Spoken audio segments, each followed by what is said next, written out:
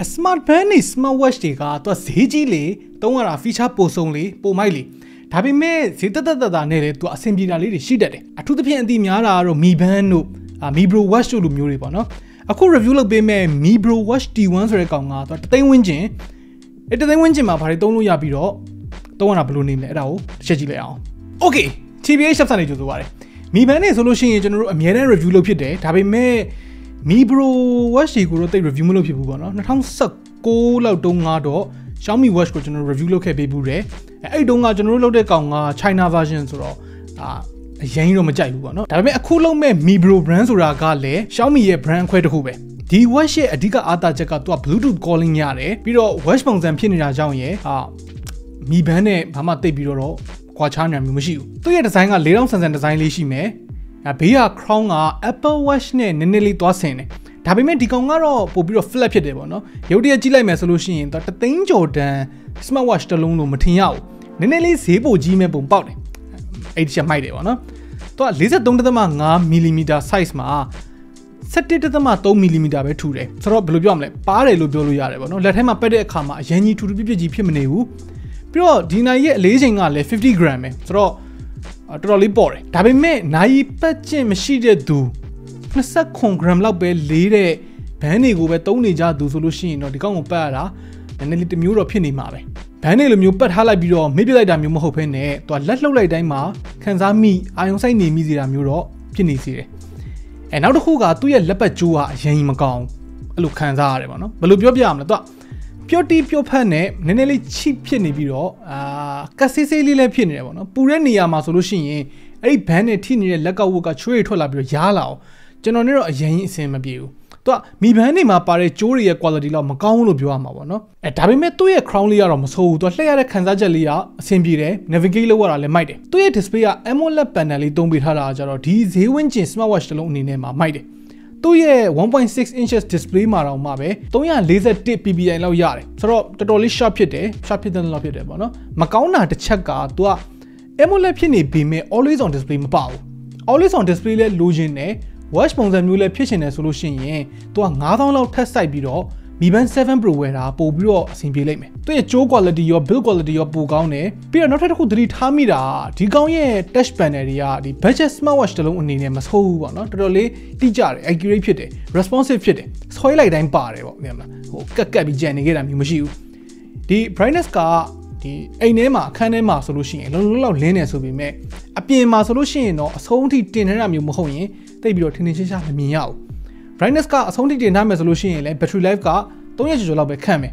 အဲဒီတိုင်းပုံမှန်သုံးမယ်ဆိုလို့ရှိရင်တော့ use case ပေါ်မှာမူတည်ပြီးတော့သူက9ရက်ကနေပြီးတော့တစ်ပတ်ဝန်းကျင်လောက်ထိရတယ်ဒီကောက်မှာနောက်တစ်ချက်အားသာချက်ကသူ့ရဲ့ watch face ပေါ့နော်အဲ့ဒါသူ့ရဲ့ app ထဲမှာပဲအများကြီးရှိတယ်အမျိုးပေါင်း200ကျော်လောက်ရှိတယ်ဆိုတော့ဒီလိုမျိုးဒီနိုင်ပုံစံမျိုးမှာ watch face ကြီးအများကြီးရှိနေတာကတော်တော်လေးမိုက်တယ်ပုံစံမျိုးစုံပြောင်းပြီးတော့ပတ်လို့ရတယ်ရိုးမသွားဘူးပေါ့နော်ဒါပေမဲ့တရုတ် watch face ရဲ့ထုံးစံအတိုင်းပဲသူကတိတ်ပြီးတော့သုံးစားမရတဲ့ရှုပ်ရှုပ်ရှက်ရှက် watch face တွေလည်းသူကအများကြီးပါတယ်အမိုက်တွေအများကြီးပါတယ်ပေါ့နောက်တစ်ခုက Mi Band နေလောက်ဒီကောင်ရဲ့ community ကမကြီးဘူးဆိုတော့ Mi Band မှာလိုမျိုးတခြားဒီ third party app တွေကနေပြီးတော့ community ကနေပြီးတော့ဖန်တီးထားတဲ့ watch face တွေကိုပြောင်းလို့မရဘူး watch face တွေကိုသူက photo နဲ့ customize လုပ်လို့ရတယ်လောက်ရတာလည်းတော့အရင်တော့မခက်ဘူးပေါ့နော်သူနဲ့တွဲသုံးရတဲ့ဒီ Mi Bro Fit app ကလည်းတရုတ် fitness app တွေထဲမှာတော့သူကမဆိုးဘူးလို့ပြောလို့ရတယ်ချိတ်ရတာလည်းလွယ်တယ် connection ပြတ်သွားတာတို့ UI ကအရင်ရှုပ်ပွားနေတာမျိုးတော့မရှိဘူးအဆင်ပြေတဲ့လောက်ပြေတယ်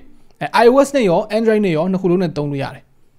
်တခြား health and fitness feature တွေကတော့အခုပြထားတဲ့အတိုင်းပဲသူမှာ step count တို့ sleep duration တို့ oxygen တိုင်းတာတို့ heart rate တိုင်းတာတို့ပါမယ်အရင်ကြီးတီးကြခြင်းမှာတီးကြမယ်ဒါပေမဲ့ reference point တစ်ခုအနေနဲ့တော့ထားသုံးလို့ရတယ်ဒီ step တွေကကားစီးနေလို့ရှိရင်တက်နေတာမျိုးကတော့ Mi Band တွေမှာလည်းဖြစ်နေတော့မယ်ဆိုပေမဲ့ဒီကောက်မှာနည်းနည်းပိုတိတာတယ်လို့ခံစားရတယ်အရင်ကြီးမတီးကြဘူးပေါ့ဗျာsleep tracking ကလည်းကျွန်တော်သတိထားမိတဲ့လောက်ကတော့ total time တွေကတော့မှန်တယ်ဒါပေမဲ့လည်းအခုခေတ် smartwatch တော့များများလည်းမှန်ကြပါပြီ light sleep တို့ deep sleep တို့ REM sleep တို့အဲ့ဒါတွေကတော့အချမ်းမြင့်လောက်ပဲဖြစ်မယ်ပေါ့နော်ဘာပဲဖြစ်ဖြစ် sleep quality ကိုအချမ်းမြင့်တော့သိနိုင်တယ်ပေါ့3,200 တန်ဆိုတော့လေဒီလောက်ပဲတော့ရမယ်ပေါ့နော် sports mode တွေကလည်းအခုပြထားသလိုမျိုးပဲအစုံပါတယ်သူ့မှာ music control တွေဒီ Find My Phone လိုမျိုးfeature မျိုးတွေလည်းပါတယ်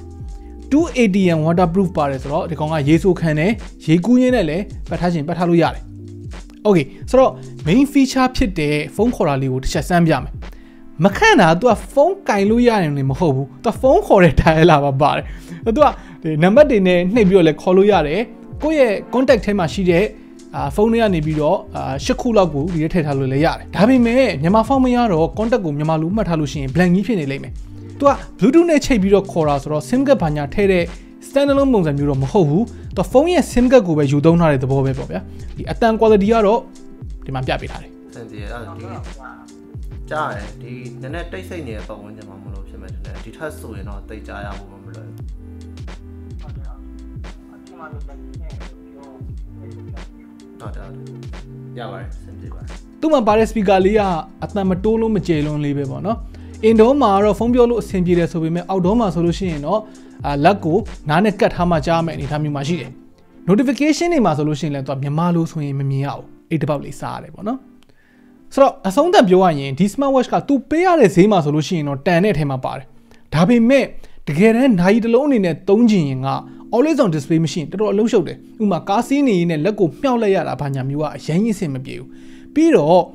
တခါတလေအဲ့လိုလက်မြှောက်တာနဲ့ display မလင်းလာတာမျိုးလည်းရှိတတ်သေးတယ်ဆိုတော့ခင်ဗျား4000ဆန်ဆန် smart watch ပုံစံမျိုးကိုပဲကြိုက်တာဒါမှမဟုတ် bluetooth calling ပါတာမှအဆင်ပြေတာမျိုးမဟုတ်ဘူးဆိုရင်ဒီ smart watch ကိုတော့ကျွန်တော်တို့ recommend တိတ်မပေးဘူးကျွန်တော်ဒါဆိုလို့ရှိရင်တော့နိုင်ပုံစံကိုကြိုက်တယ်ဆိုလို့ရှိရင်9000လောက်ထပ်ဆိုင်လိုက်ပြီးတော့ Mi Band 7 Pro ကိုပဲဝယ်ပြစ်လိုက်မယ်လို့ထင်တယ်ဒါမှမဟုတ်လို့ရှိရင်လည်း Mi Band 8ပေါ့ဗျာဈေးလည်းတိတ်မကွာဘူးဆိုတော့ဒီကောက်ထက်စားလို့ရှိရင် Mi Band 8လေးကိုတော့နည်းနည်းပို့ပြီးတော့ကြိုက်တယ်ပို့ပြီးတော့ practical ဖြစ်တယ်လို့ခံစားရတယ်ပေါ့နော်ဆိုတော့ခင်ဗျားတို့ရောဒီ Mi Bro T1 လေးကိုဘယ်လိုမြင်လဲဘာတွေကြိုက်လဲဘာတွေမကြိုက်ဘူးလဲကျွန်တော်ပြောတာနဲ့သဘောမတူတာတွေရှိတယ်ဆိုလို့ရှိရင်လည်းအောက်က comment ထဲမှာမင်းဆွေးနွေးညှိခုံတော့လို့ရပါတယ် Okay နောက်နေ့မှတွေ့တာပေါ့